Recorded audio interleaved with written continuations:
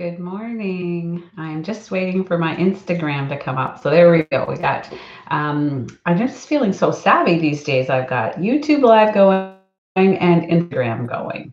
And if you knew me a year ago, you would know how impressive this is because has really overwhelmed and challenged me in ways challenges us.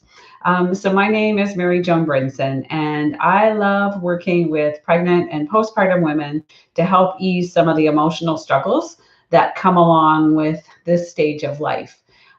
So if you like the work that I'm doing, like my videos, follow this channel because I want to create a community of people who just really can get some support for some of the challenges and struggles that might be a part of your everyday world. And certainly, we know that having a new baby in your life, is a lot of work. And what I want to talk about today are three key strategies and tips that you can use to help you get the breaks you need. And so we can all agree, as I said, that having a baby is a lot of work. And so many women fall into the trap of feeling like, well, I wanted to have this baby, so this is just my job, right? Like taking care of my baby, taking care of my family, that's just what the gig is. So that's what I just have to do, right? No, that's actually not right. There's no job on the planet that we should be on duty 24 hours a day, 7 days a week, parenting or mothering included. So I want to help you get your head around the reality that taking breaks is a necessity.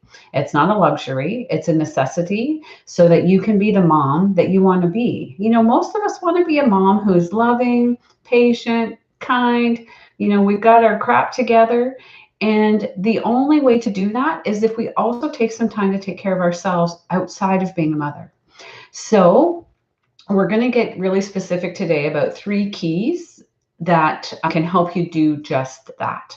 And I want to highlight what happens if we don't do this. So, if we don't give ourselves permission to take these breaks, which are a necessity, it can lead to exhaustion, it can lead to overwhelm, and it can also lead, in some cases, to resentment because we're not designed to just give without ever sort of replenishing ourselves. So I don't want any of you set up for that potential experience.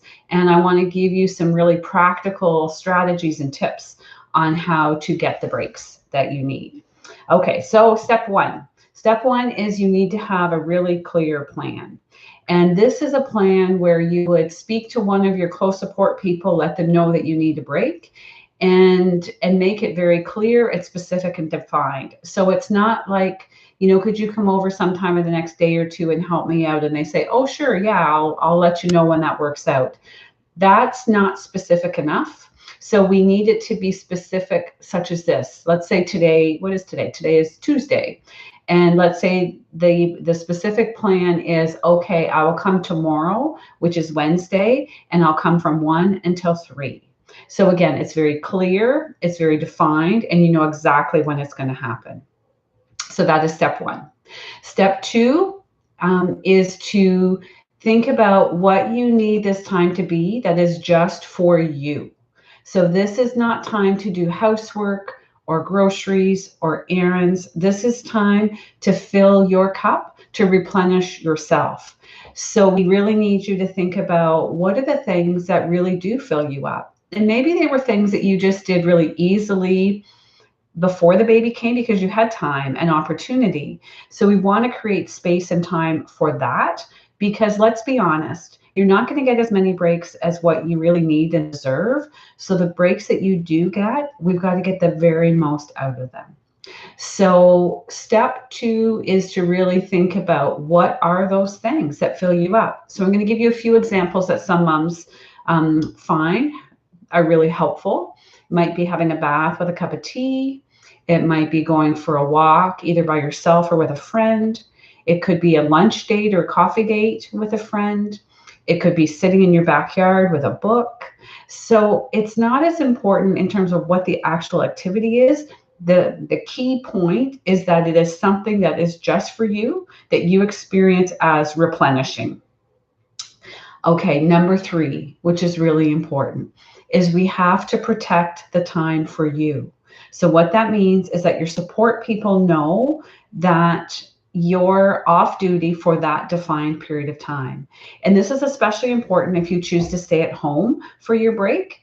So if you're at home for your break and your support person and the baby are also home, I really encourage you using noise canceling headphones. And the reason for that is you need to block out just the regular household and baby sounds, because if you keep hearing those, you're going to tune into those and you're not going to get the same benefit out of your break time. So even if you take the full time, if you're distracted by hearing the sounds of the household, then you're going to diminish the benefit of the break. So if you choose to stay home, make sure your support people know to not come and get you unless the house is burning down. And I'm serious. They shouldn't come and get you if the baby's fussy. They shouldn't come and get you if they don't know how to work the remote control. This is time to protect you, and they need to know how important that is. And better yet, if it's a nice day and you're staying home to do a self-care activity for you, they could take the baby out for a walk in the stroller. So then it kind of takes care of that noise or interruption issue. But the third key factor is to protect the time and to ensure your support people are on board with protecting that time for you. So again, three simple strategies, three simple keys to help you get the most out of those breaks. And I want to assure you that when you do this, you will feel the benefits. You will feel better. You will feel more equipped to kind of come back to mothering with a little bit of renewed energy and a renewed freshness. And you and your family both deserve this, because that is what is going to set everybody up for the kind of experience you want. I hope you found this information helpful. If you did, go ahead and like the video and subscribe to the channel. And I just want to keep sharing more tips and strategies with you to help navigate this journey. I'll look forward to seeing you next time. Bye for now.